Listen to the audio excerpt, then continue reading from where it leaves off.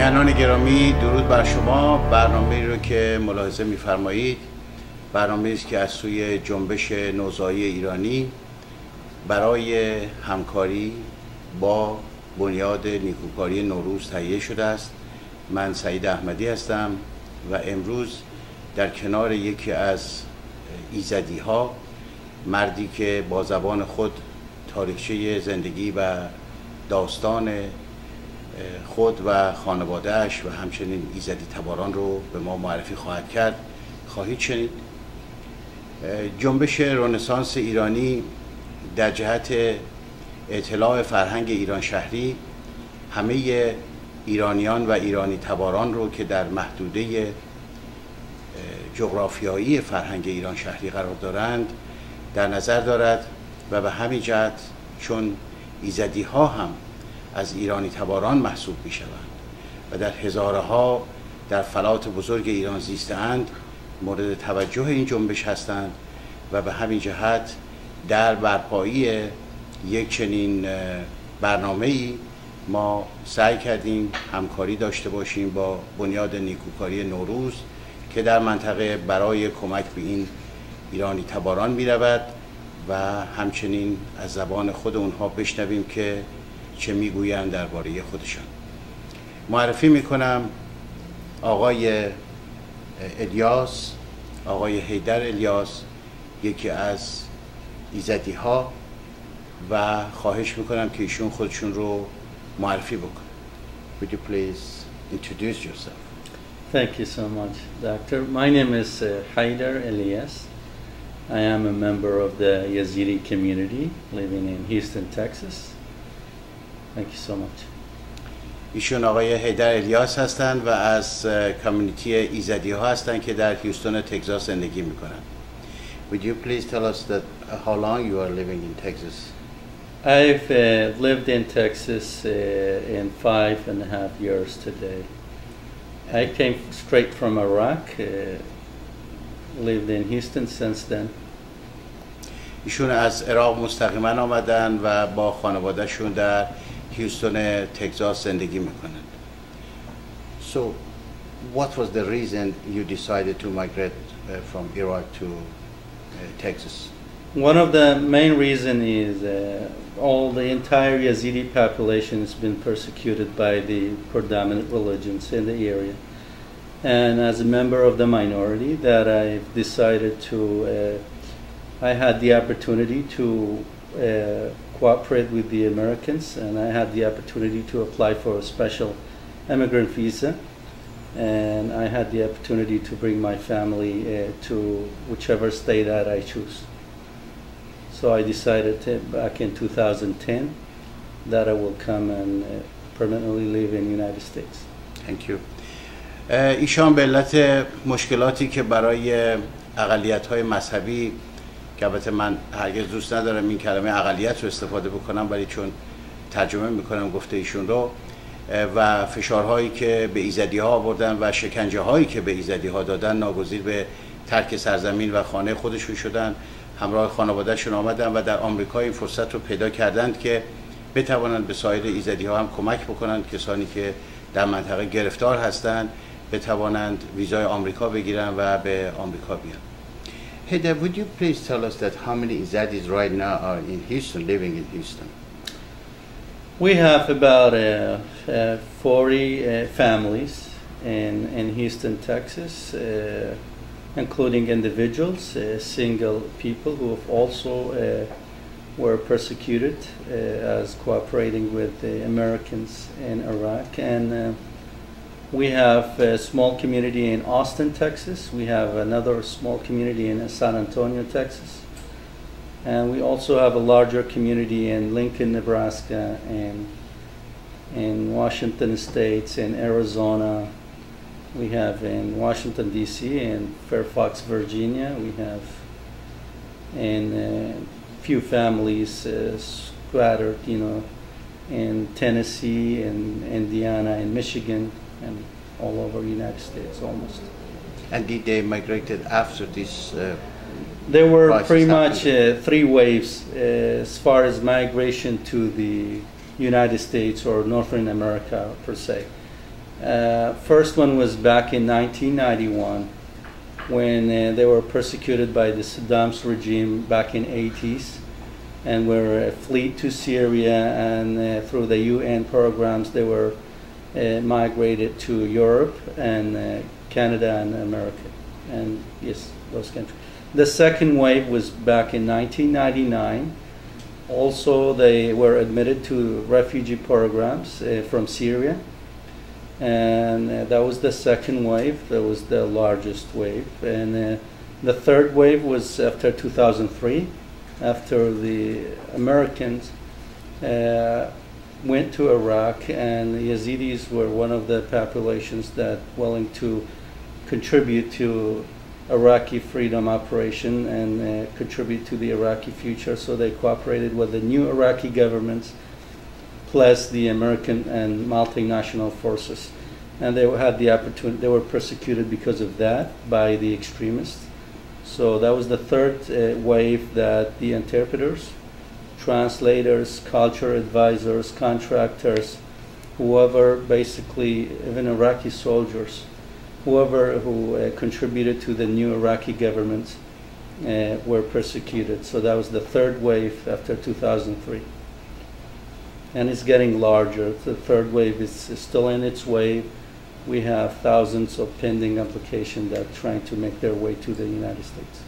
Thank you. آنچه که من از گفته های آقای الیاس دریافت کردم این است که این مردمان در دوره‌های مختلف تحت فشارهای سیاسی و اجتماعی قرار گرفتند، ناگزیر شدن خانه و کاشانه خودشون رو ترک بکنن، مهاجرت به سوریه کردن و بعد مجددا مهاجرت به آمریکا کردن. امروز در بعضی از استیت‌های ایالات متحده پراکنده شدن و آنچه که مایه تأسف من هست این است که مردمانی بدون گناه در سرزمین‌هایی که یا به علت دخالت بیگانگان در اون سرزمین‌ها مثل اشغال عراق توسط آمریکا و یا حکومت‌های فاسد محلی و یا هر دو ناگزیر می‌شوند که سرزمین خودشون رو ترک بکنند.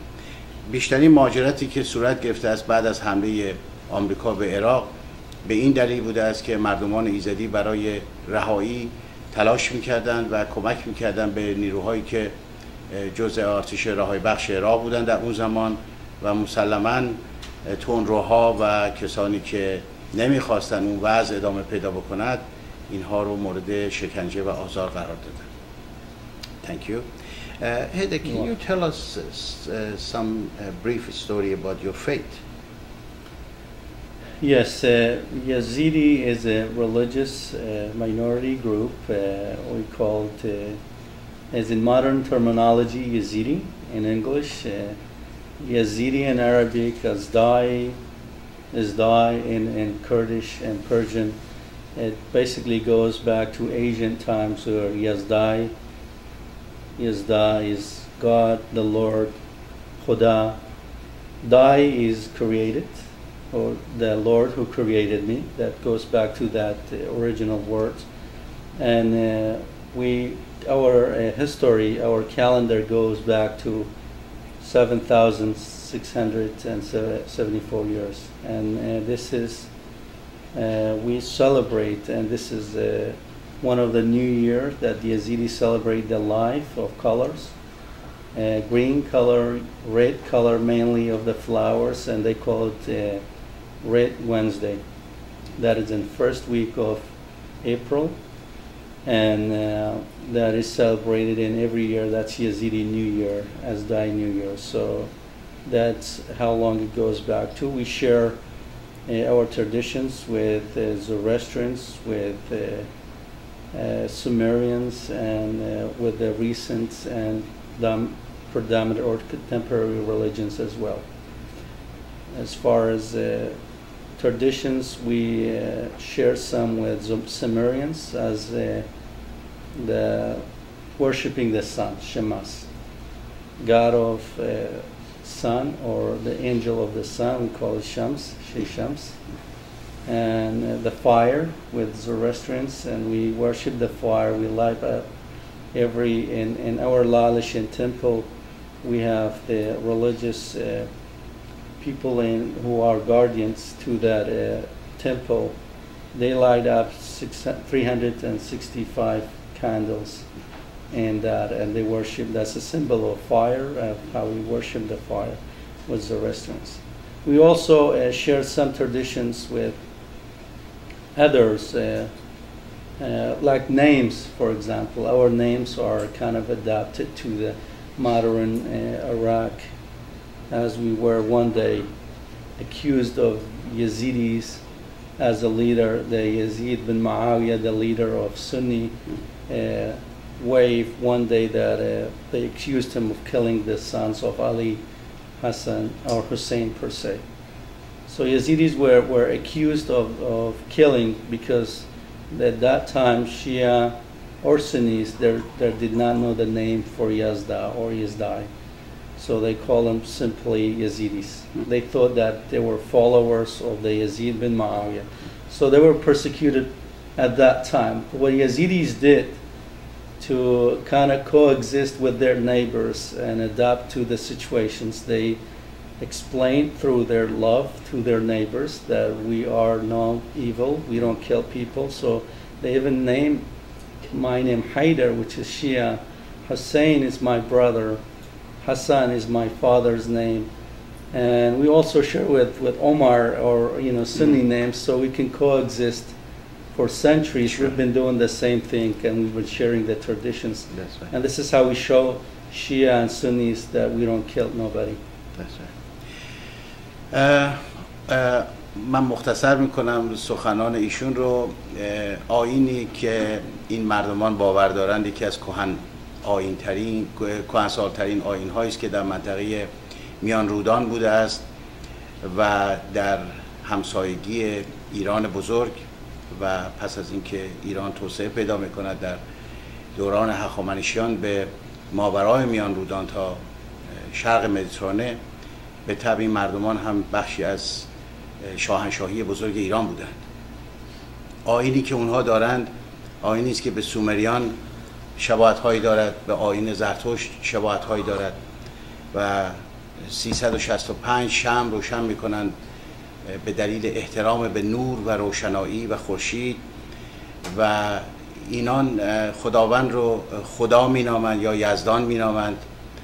و البته متاسفانه باز به علت همون مسائل سیاسی متهم کردند این مردمان رو که اینها یزیدی هستند و به نوعی ارتباط دادن با یزید ابن معاویه. و امروز ما میبینیم که بسیاری از نامهایی که این مردمان دارند نامهای غیر متعارفی است که متعلق به اونها نیست، ولی در طول تاریخ به ناگزیر برای بقای خودشون مجبور شدن که این نامها رو برگزینند تا بتوانند به حیات و زندگیشون در منطقه ادامه بدن.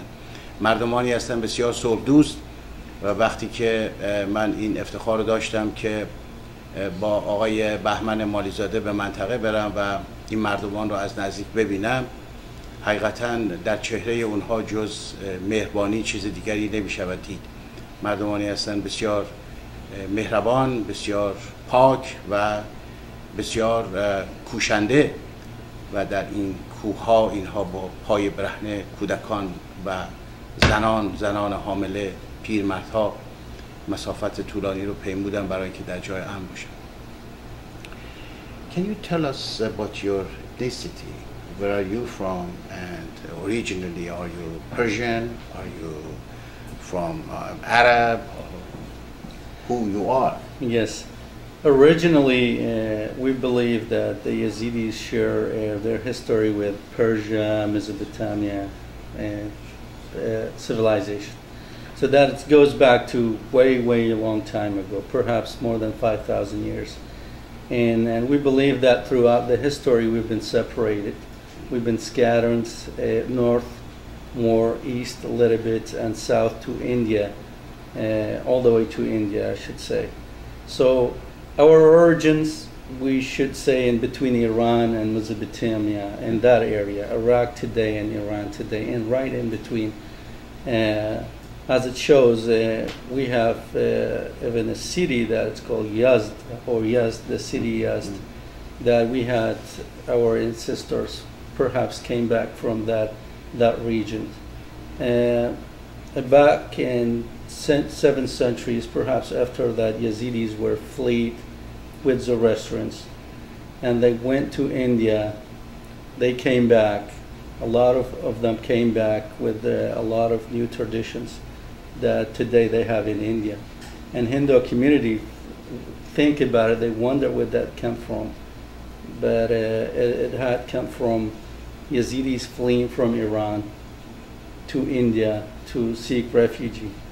And then they had to, participate. They had to adapt to or assimilate to the Hindu culture. And then they came back with those great traditions, and they still live with it in northern Iraq.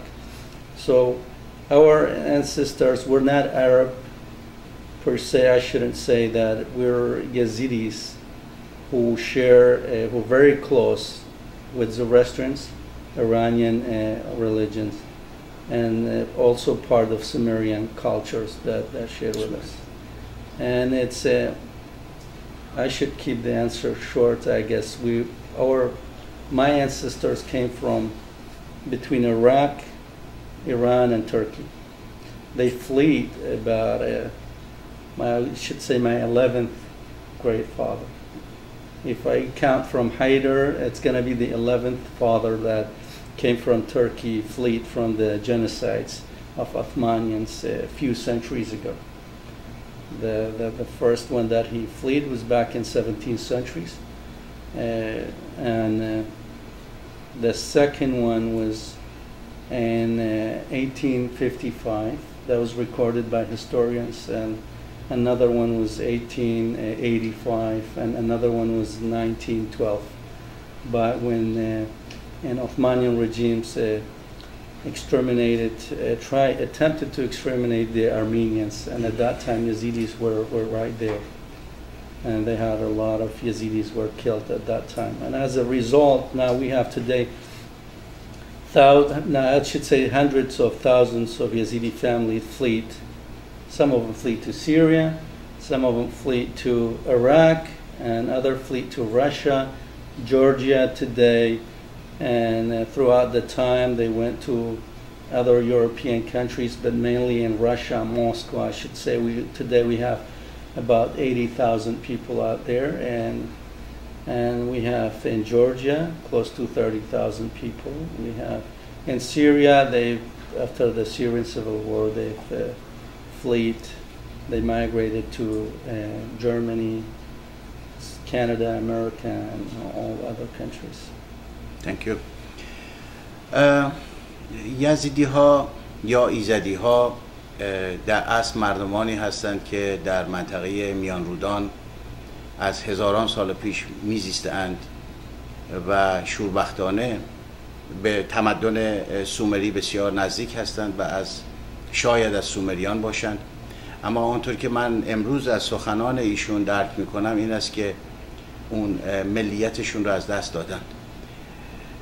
در طول تاریخ گاهی میبینیم که خاندانهایی که سالیان سال حکومت کردن برای سده ها، اینها میروند و جایگزین میشوند با خاندانهای دیگر، اما کشورها میمانند و ملتها میمانند. اما زمانی که کشورها از بین میروند، آن وقت مصیبت‌های این چنین پدیدار میشود.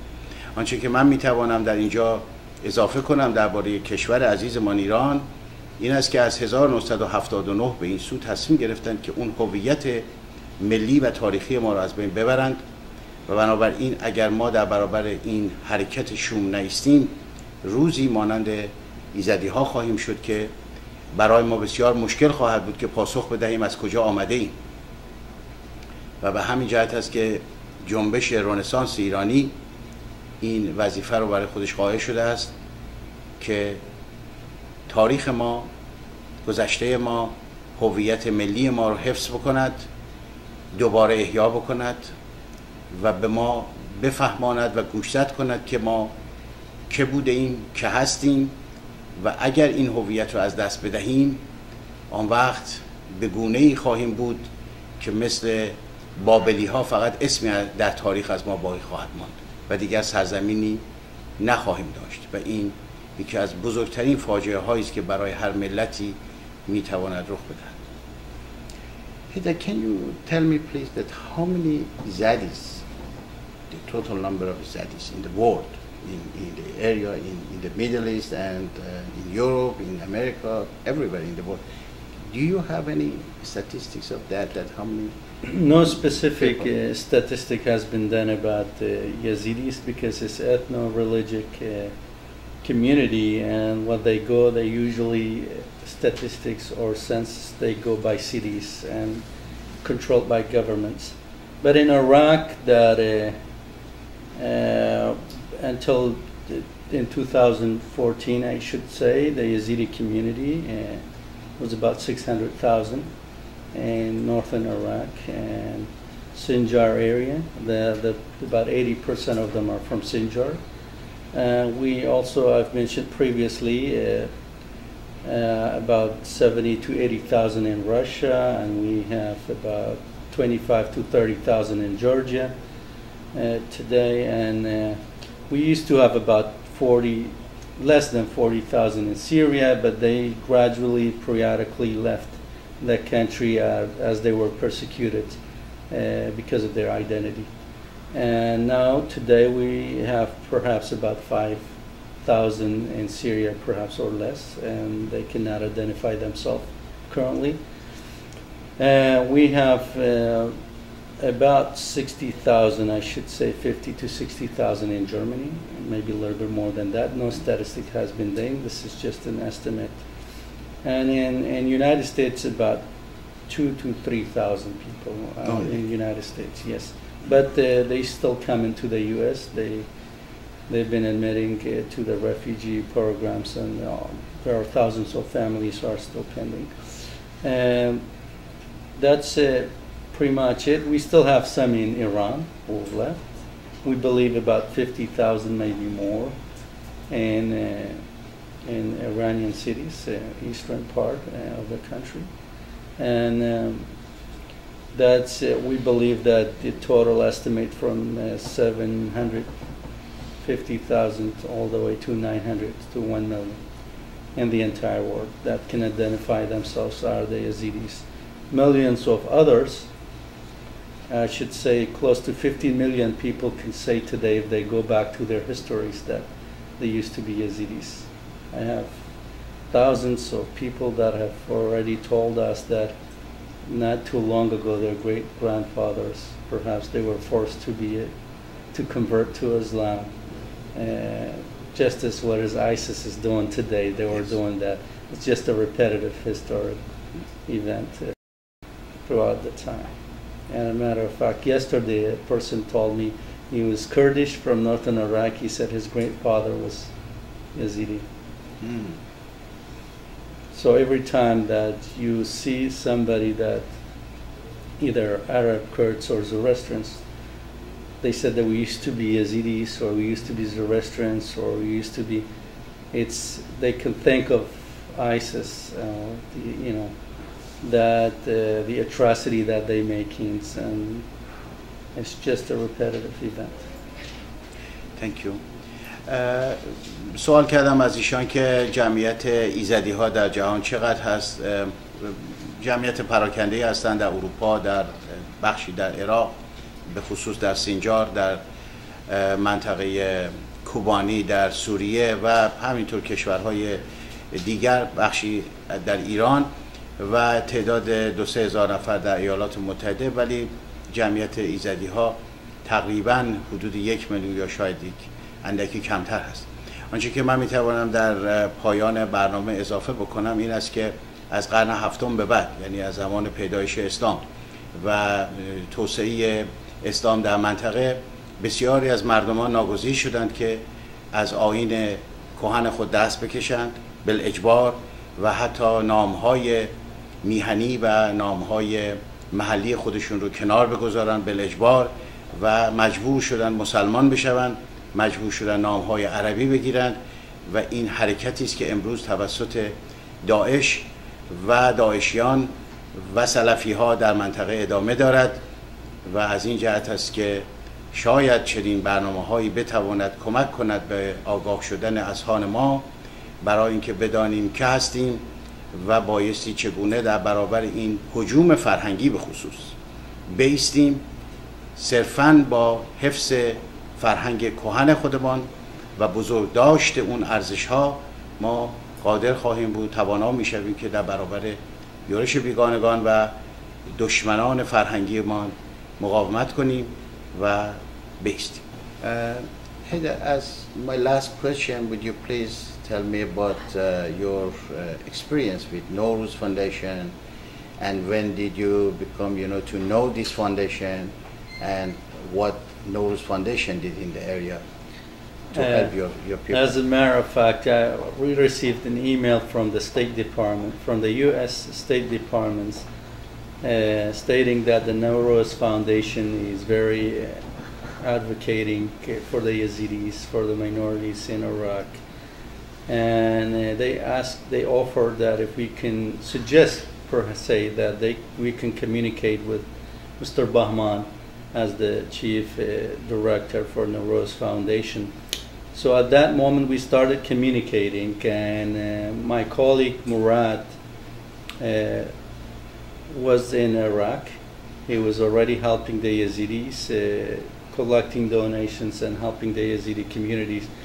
And he met with Mr. Bahman in Iraq, and they went together to a trip to Sinjar Mountain, which was very dangerous at that time for humanitarian organizations to deliver the aids, where the area was very hot and the zone was kind of dangerous. So we communicated ever since. We've been cooperating, and they were helping delivering aids for the Yazidi people, clothing, formula for the babies, food and water. And ever since that, Mr. Bahman and his foundation, Nowruz Foundation, has been very supportive of the Yazidi people. He's been offering a lot of projects for the Yazidi women and also for the rest of the Yazidi community.